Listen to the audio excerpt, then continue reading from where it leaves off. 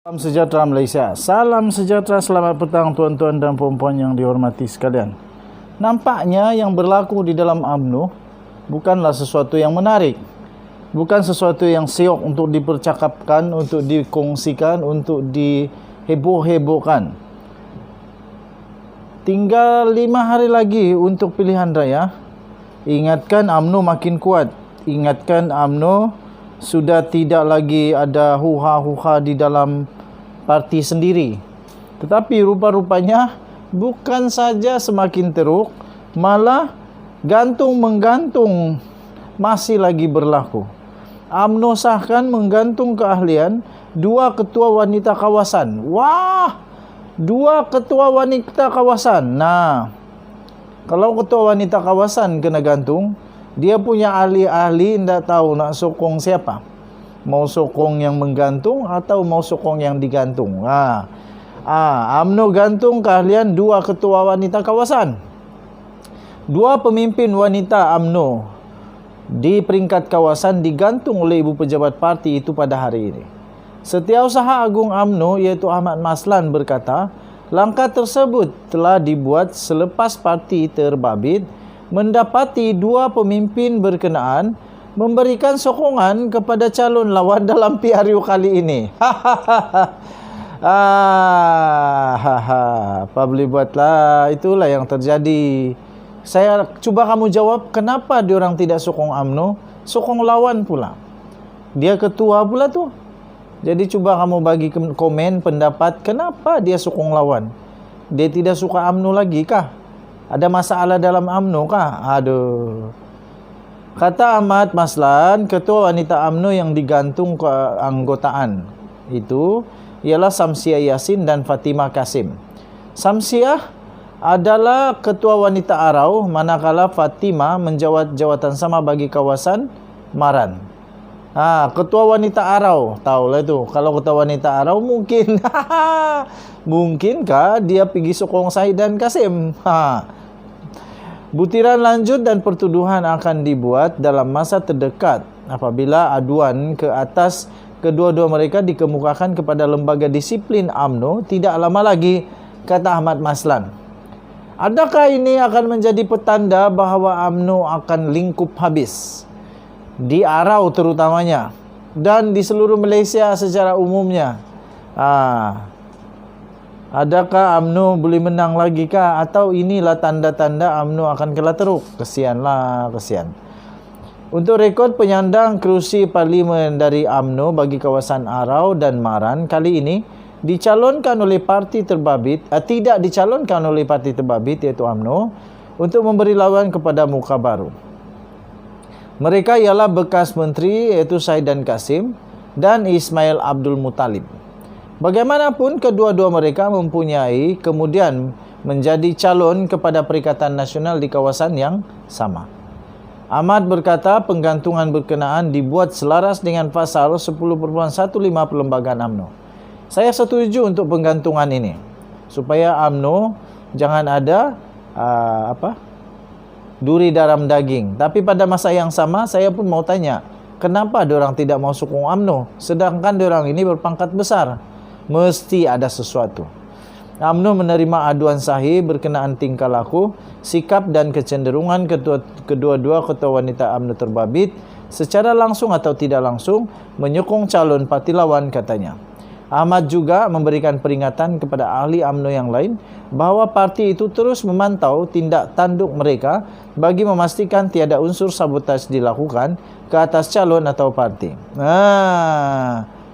Panik lah tu. Denyut nadi suara rakyat bergema di channel ini. Bye-bye. Salam sejahtera Malaysia. Setelah lama makcik ini berdiam diri, bukan dia berdiam diri lah, tapi saya lama hendak buat konten tentang dia.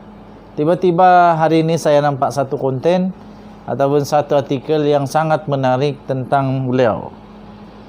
Zuraida Kamarudin, yang selalu digelar Queen of Frog, Ratu Katak, kerana banyak kali lompat-lompat parti. Tapi biasalah, itu kan dinamika politik. Tapi yang tidak biasa adalah apabila dia lompat lagi. Itu tidak biasa. Okey. Jadi terbaru ini tuan-tuan dan puan-puan, akhirnya keluar juga cerita tentang Zuraida Kamarudin. Zuraida yakin jenamanya mampu atasi populariti logo PH di Ampang. What? Aduh, belum lama lagi, belum cukup lama kot ke logo ataupun jenama Zuraida untuk atasi logo Pakatan Harapan di Ampang. Tapi tidak tahulah bah. Coba kamu komen lah apa pendapat kamu. Betulkah Zuraida yakin jenamanya mampu atasi populariti logo PH di Ampang? Betulkah dia dapat atasi? Lebih 2 tahun lalu, Zuraida Kamarudin telah mengarahkan video bersama penyokongnya yang mengucapkan selamat tinggal dengan wajah yang gembira selepas dipecat daripada PKR. Zuraida kemudian menyertai Bersatu. Itulah saya bilang.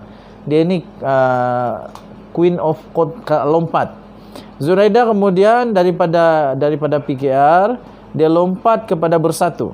Kemudian menyertai Bersatu sebelum tiba-tiba menubuhkan partinya sendiri pula, iaitu Parti Bangsa Malaysia, yang akan menjadi platformnya untuk mempertahankan kerusi Parlimen Ampang pada pilihan raya umum ke-15 akan datang.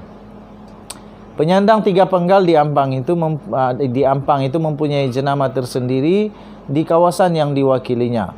Namun, kemenangan besarnya pada PRU lalu masih dikaitkan dengan logo Pakatan Harapan yang digunakannya pada ketika itu. Pada 19 November ini, Zuraida perlu mempertahankan kerusinya sebagai calon PBM, menentang bekas timbalannya sendiri dalam sayap wanita PKR, yaitu Rozia Ismail yang akan menggunakan logo PH. Persoalannya, mampukah jenama Zuraida memenangi hati pengundi yang melangkaui logo parti yang diwakilinya? Menurut pengarah eksekutif Badan Pemikir Ilham Center, Hishamuddin Bakar, pengundi di Ampang merupakan pengundi yang mengikuti perkembangan semasa politik. Kata Hishamuddin, termasuklah langkah Sheraton yang turut melibatkan Zuraida sebagai salah satu watak utama dalam percaturan politik tersebut.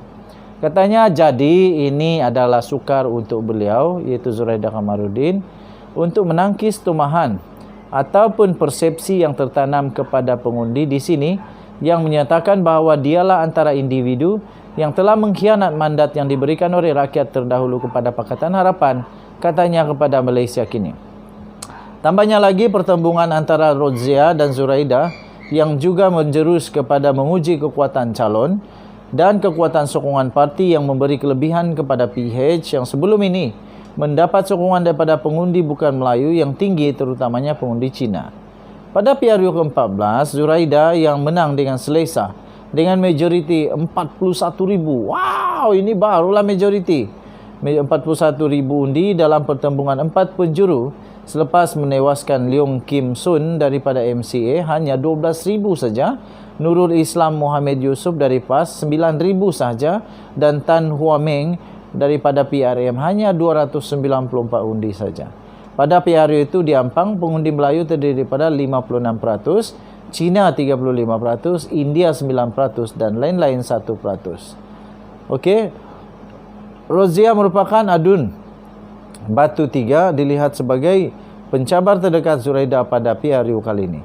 Meskipun berkhidmat di Selangor bagi kerusi peringkat negeri, jentera kempen PKR masih perlu mengambil inisiatif untuk memperkenalkan Rozia kepada pengundi, termasuklah membawa jurucakap Mandarin ketika program Walkabout.